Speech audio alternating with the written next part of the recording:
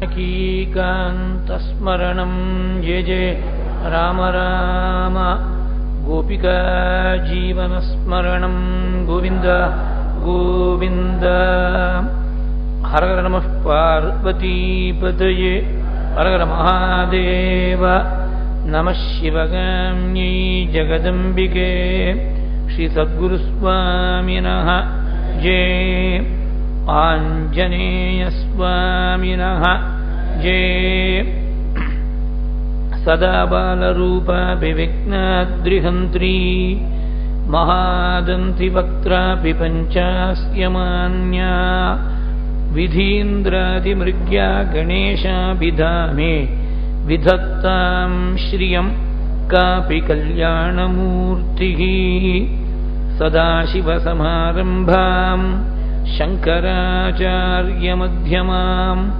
अस्मदाचार्यपर्यन्तां वन्दे गुरुपरम्पराम् अपारकरुणासिन्धुं ज्ञानदं शान्तरूपिणं श्रीचन्द्रशेखरगुरुं प्रणमामि मुदान्वहं यदीयाङ्घ्रिचिन्ता सुपूता च वाणी यदीयं स्वरूपं सदा ध्यानयोग्यं तमेवेन्दुचूडाख्यदिव्यावतारं मनोवाक्शरीरैः गुरुश्रेष्ठमीडे सदात्मध्याननिरतं विषयेभ्यः पराङ्मुखं नौमि शास्त्रेषु निष्णातं चन्द्रशेखरभारतीं दोर्भिर्युक्ता चतुर्भिः स्फटिकमणिमयीम् अक्षमालां दधाना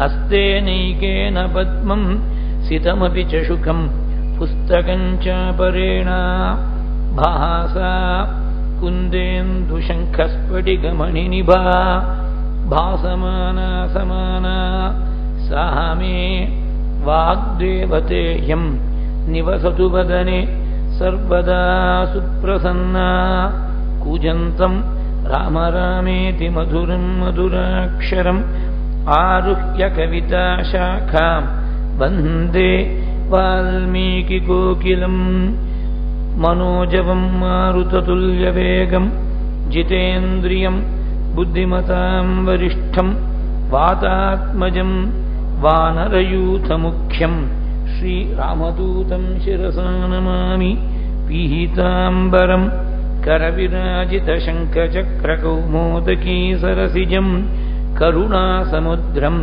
राधासहायम् अतिसुन्दरमन्दहासं वातालयेशमनिशं हृदि भावयामि मुहुकं करोति वाचालं पङ्गुं लङ्घयते गिरिं यत्कृपातमहं वन्दे परमानन्दमाधवं भक्तवात्सल्यजलधेः परमानन्दरूपिणः अस्मदाचार्यराजस्य प्रपन्नोऽस्मि पदाम्बुजं त्र्यम्बकपुराधीशं गणाधिपसमन्वितं गजारूढमहं वन्दे शास्तारं कुलदैवतं विराजन्तं त्रिनयने वल्लीसेनापतिं प्रभुं वाञ्छितार्थप्रदं वन्दे षण्मुखं कुलदैवतं बुद्धिर्बलं यशो धैर्यं निर्भयत्वमरोगता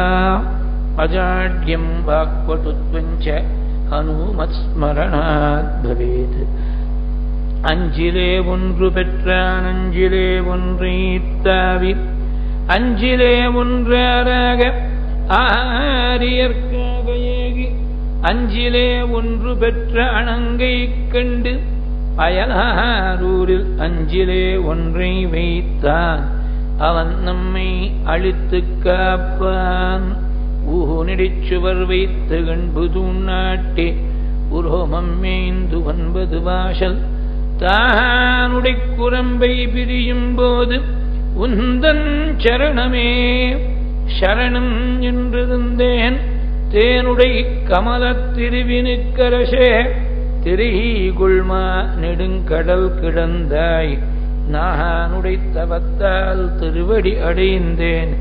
நைமிஷாரண்யத்துளிந்தாய் श्रीहरये नमः। सीतालक्ष्मण भरतशत्रुघ्न हनुमत् समेत श्रीरामचन्द्राय परब्रह्मणे नमः। गुरुपवनपुरेशाय नमः। सद्गुरुचरणारविन्दाभ्यां नमः। वाग्देव्यै नमः। ओं हनुमते नमः। स्वस्त्यस्तु समस्तसन्मङ्गलानि सन्तु समस्तैश्वर्यप्राप्तिरस्तु।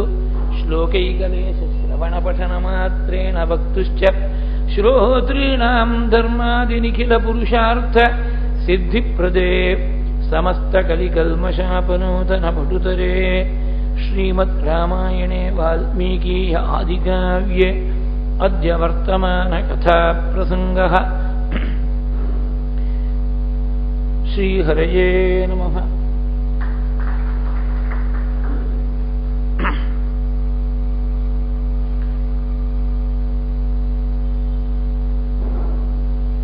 ஸ்ரீயப்பதியான பரமாத்மா சர்வேஸ்வரன் பதிதபாவன மூர்த்தியாக லோகங்களையெல்லாம் உத்தாரணம் பண்ணுவதற்காக ஸ்ரீராமனாக அவதாரம் பண்ண பரம புண்ணியமான தினம் இந்த சுதினம்.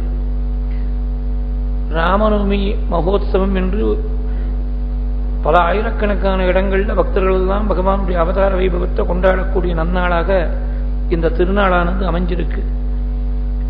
பகவான் எத்தனையோ அவதாரங்கள் செய்தால் அதுல தசாவதாரம் ஓரளவுக்கு பிரசித்தமா நமக்கு தெரியும். அந்த 10 அவதாரங்களுக்குள்ள ஸ்ரீ ராமாவதாரம், ஸ்ரீ கிருஷ்ணாவதாரம், இது ரெண்டும் ரொம்ப முக்கியமா பிரகாசிக்கிறது. ராமாவதாரத்துலதான் ஒரு மனுஷனுடைய நிலைக்கு இறங்கி வந்து ஒரு மனுஷன் அனுபவிக்கக்கூடிய துக்கங்கள், பலவிதமான சிரமங்கள், இதெல்லாத்தையும் அனுபவிச்சு இத்தனை துக்கங்கள் அனுபவிக்கக்கூடிய சமயத்திலையும் அதுக்கு நடுவில் தர்மத்தை விடாமல் ஒருத்தன் இருந்தானேயானால் மனுஷனா இருக்கக்கூடியவன் தெய்வத்துடைய நிலைக்கு உயர முடியும் என்று எடுத்துக்காட்டின அவதாரம் ஸ்ரீராமாவதாரம்.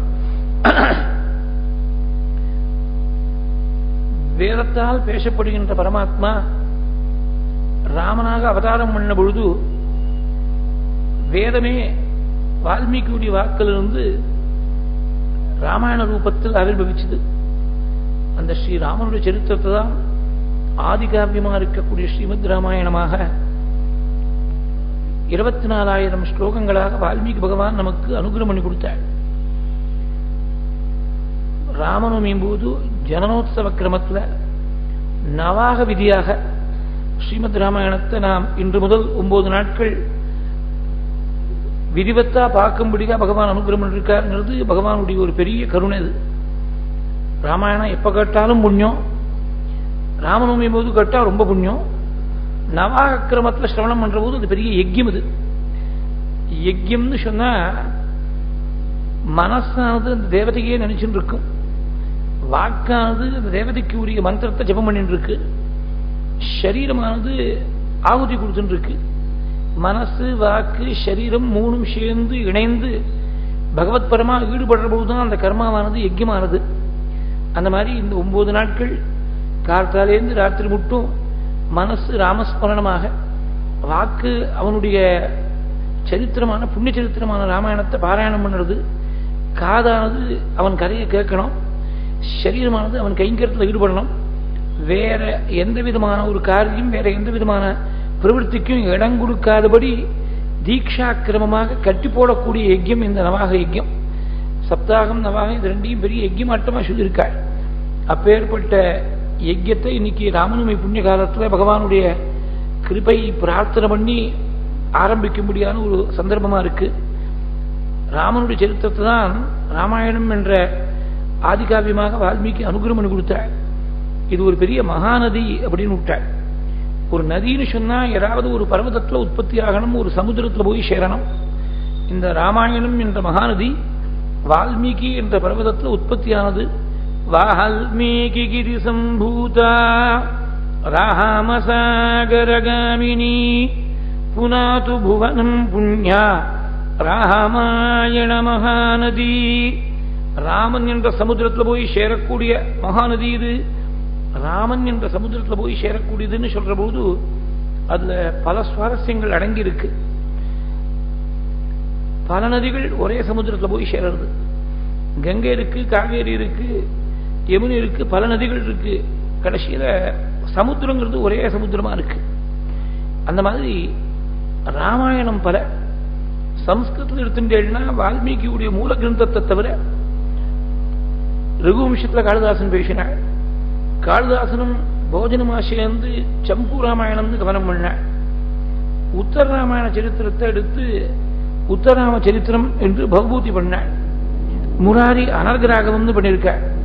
ஏராளமான கவிகள் நாடகத்திலையும் காவியத்திலையும் ராமனுடைய கதையை அனுபவிச்சிருக்காள். தமிழ் எடுத்துட்டேன்னா கவி சக்கரவர்த்தி கம்பனுடைய ராமாயணம், அருணாச்சல கவிராயருடைய ராமநாடகம். மலையாளத்தில் எடுத்து பார்த்தேன்னா துஞ்சத்து எழுத்தச்சனுடைய அத்தியாத்ம ராமாயணம்.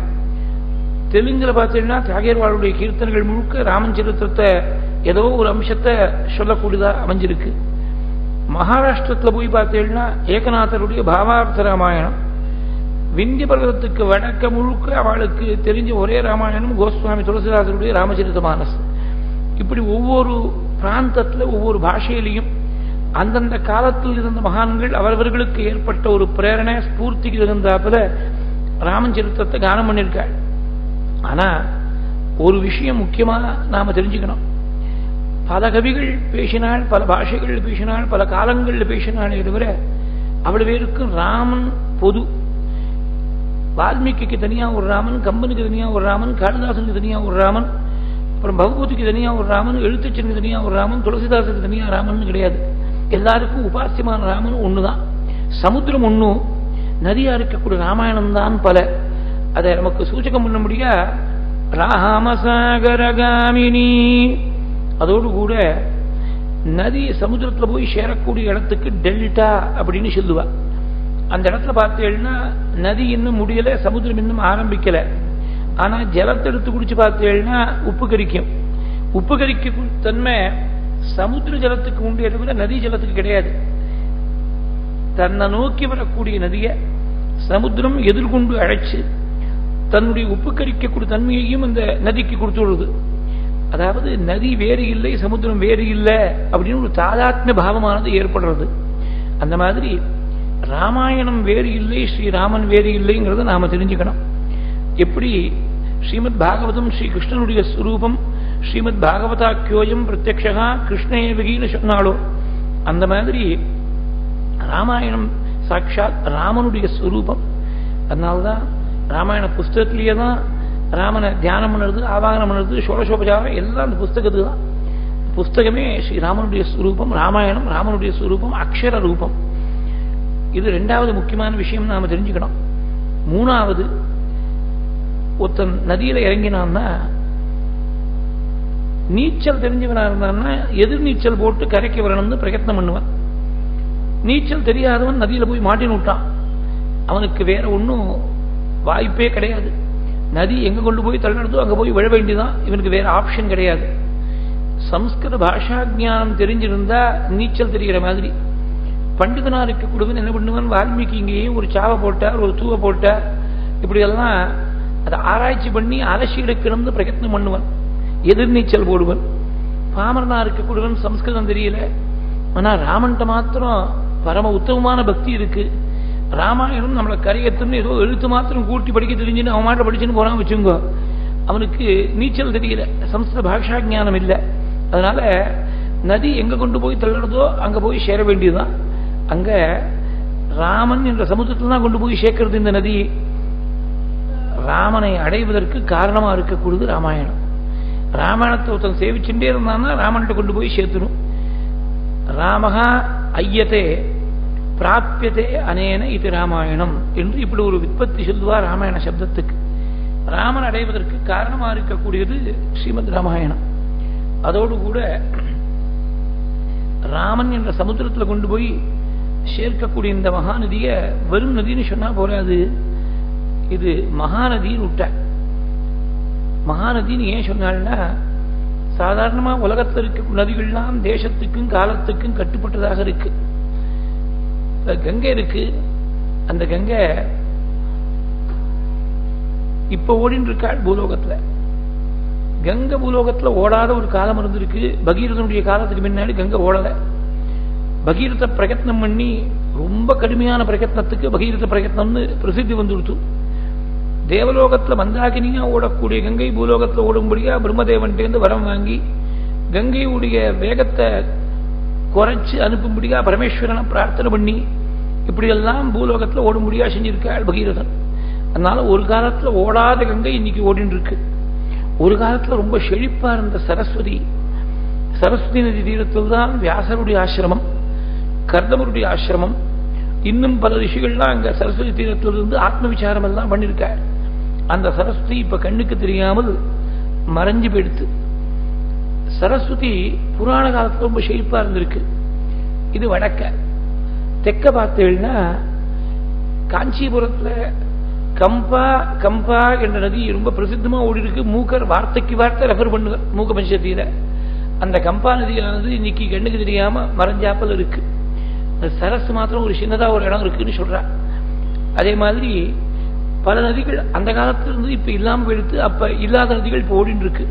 அதனால இதெல்லாம் தேசத்துக்கு காலத்துக்கு கட்டுப்பட்டு இருக்கு. தேசத்துக்கு எப்படி கட்டுப்பட்டு இருக்குன்னா, இங்க உட்கார்ந்தபடியே கங்கா ஸ்நானம் பண்ணோம்னா முடியாது, வடக்க இருக்கக்கூடியவன் காவேரி ஸ்நானம் பண்ணோம்னா முடியாது. அது ஒரு குறிப்பிட்ட பிராந்தம் மூலமா ஓடுறது. அந்த கரையில இருக்கக்கூடிய கிராமங்கள் ஊர்களுக்கு தான் நீர் வளத்தை கொடுக்கிறது. அதனால it is restricted by space, restricted by time. இந்த ராமாயணம் என்பது தேசத்தால காலத்தால ரெண்டு விதமான உபாதிகளாலையும் கட்டுப்படாமல் தேசகால அதீதமா இருக்கக்கூடிய மகாநதியா இருக்கு. ராமாயணம் இல்லாத காலமே கிடையாது. அது எப்போதும் இருந்துட்டு இருக்கு, எப்போதும் இருக்கும். பிரம்மதேவன் வால்மீகிக்கு அனுகிரகம் பண்ற போது உலகத்துல சூரியனும் சந்திரனும் நட்சத்திரங்களும் மலைகளும் நாடுகளும் காடுகளும் இருக்கிற மட்டும் இந்த ஸ்ரீமத் ராமாயணம் இருக்கும். ராமாயணம் நீ ரச்சனம் பண்ண கிரந்தம் உலகத்தில் இருக்கிற மட்டும் நீ என்னுடைய லோகத்துல சத்தியலோகத்துல வாசம் பண்ண போறேன்னு அனுகிரகம் பண்ணிருக்காள். யாவஸ்தாஸ்யந்தி கிரஜஹ சரிதஸ்ச மகீதலே தாவத் ராமாயண கதா லோகேஷு பிரச்சரிஷ்யதி யாவத் ராமாயண கதா த்வத்கிருதா பிரச்சரிஷ்யதி தாவதூர்த்வம் அதశ్చத்வம் மல்லோகேஷு நிவத்ஸ்யசி. அதனால காலத்தால கட்டுப்படாமல் உலகத்துல எல்லா இடத்துலயும் ராமாயணத்துடைய இன்ஃபுளுன்ஸ் ஆனது பரவி இருந்திருக்கு. தேசத்தாலையும் கட்டுப்படாமல் இருந்திருக்கு. அதனால தேசகாலங்களுக்கு அப்பாற்பட்டதுனால இத மகாநதின்னு சொன்ன. அதோடு கூட சாதாரணமான நதிகள்லாம் நீர்வளம் தான் கொடுக்கும். இது நீர்வளமா கொடுக்காமல் அருள் வளத்தை வாரி வித்தரணம் பண்றதுனாலையும் மகாநதி. ஒரு மகாநதிக்கு என்ன லட்சணம் அப்படின்னாக்க, அது பரம பாவனமான நதி. தானும் பவித்திரமா இருக்கணும், தன்னிடத்துல வரக்கூடியவர்களையும் பவித்திரம் பண்ணக்கூடியதா இருக்கணும்.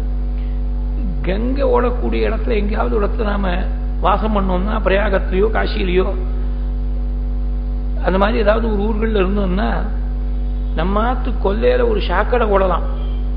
அந்த சாக்கடையானது ஒரு கால்வாயில போய் சேரலாம்.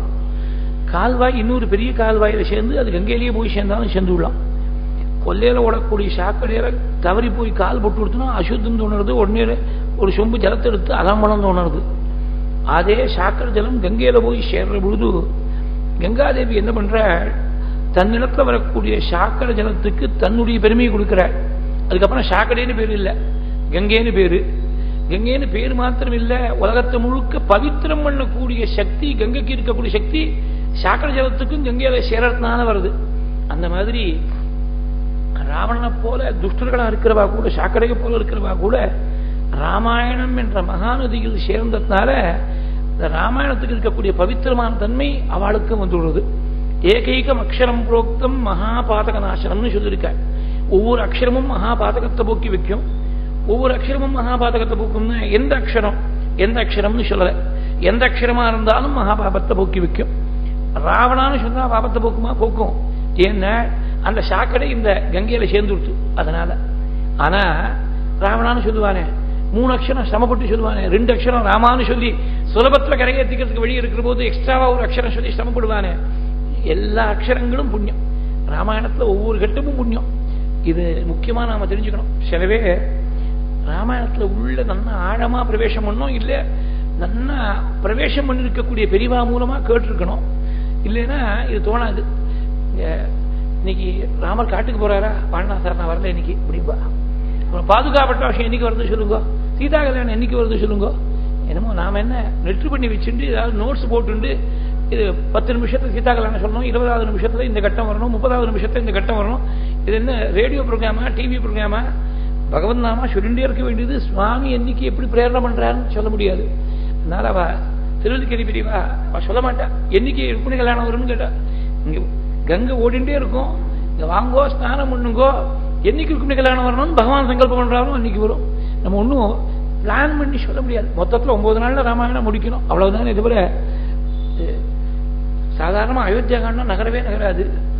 இதுக்கு முன்னாடி நவாகனம் 3 காலத்துல சொல்ல முடியாது. எடுத்து 6 மணி நேரத்துல அயோத்தியா காண்டம் முழுக்க ஒரு விஷயம் விடாம எப்படி நடந்தது இப்ப திருப்பி சொல்ல சொன்னா முடியாது. அன்னன்னைக்கு பகவான் எப்படி சங்கல்பம் பண்றாரோ அப்படி நடக்கும். அதனால ஒவ்வொரு கட்டமும் முன்னும். ராமன் காட்டுக்கு போனா அது கேட்கறதுக்கு கஷ்டமா இருக்கு. ஆனா கஷ்டப்பட்டு ஒரு பொட்டு கண்ணீர் பெருக்கணும்னா லௌகிகமா நாம கண்ணீர் பெருக்காதபடி சுவாமி ரட்சிப்பான். அதனால ராமாயணத்துல ஒவ்வொரு கட்டமும் புண்ணியம். இது புண்ணியம் அது புண்ணியம் இல்லை அப்படின்னு வித்தியாசம் பார்க்கறதே சரியில்லை. ஏகைகம் அக்ஷரம் புரோக்தம் மகாபாதக நாசனம் ஸ்ருண்வன் ராமாயணம் பக்தியா எப்பாதம் பதமேவா. ஒரு பாதம்ங்கிறது 1/4 ஸ்லோகம். அந்த 1/4 ஸ்லோகம் கூட கேட்க வேண்டாம், ஒரு பதம் ஒரு வார்த்தை கேட்டுவிட்டா ஸ்ருண்வன் ராமாயணம் பக்தியா பரம பக்தியோடு கேட்டுவிட்டா எப்பாதம் பதமேவா சயாதி பிரம்மணஸ்தானம் பிரம்மணா பூஜ்யதே சதா. பிரம்மாவுடைய ஸ்தானத்துல போய் அடைகிறாள், பிரம்மா போய் பூஜிக்கிறாள். இப்படி எல்லாம் உத்தமமான பலன் சொல்லியிருக்காள். இப்படி பெருமையோடு இருக்கிறதுனால்தான் இதை மகாநதின்னு சொல்லி, இது குறிப்பிட்ட ஒரு தேசத்துக்கு மாத்திரம் நீர் வளத்தை கொடுக்காமல் அருள் வளத்தை கொடுக்காமல் உலகத்துக்கு முழுக்க அருள் வளத்தை அனுகிரக வளத்தை கொடுக்கக்கூடிய மகாநதி. புனாது புவனம் புண்ணியா ராமாயண மகாநதி. இந்த மகாகாவியமான ஸ்ரீமத் ராமாயணத்தை வால்மீகி பகவான் எப்படி ரச்சனை பண்ண முடியா நேர்ந்ததுன்னு ஆரம்பத்தில் சொல்லியிருக்க. வால்மீகி தன் ஆசிரமத்தில் அமர்ந்திருக்கிற போது அவருக்கு மனசுல உள்ளூர ஒரு கவலை. ரொம்ப பேருக்கு ஒரு சந்தேகம், இந்த ராமாயணத்தை வால்மீகி எப்ப ரச்சனை பண்ணார்?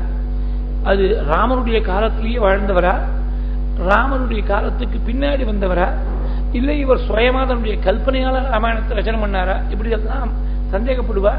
ராமாயணத்துல முதல் 2 ஸ்லோகங்கள் பார்த்திருந்தா கூட இந்த சந்தேகத்துக்கு இடம் கிடையாது.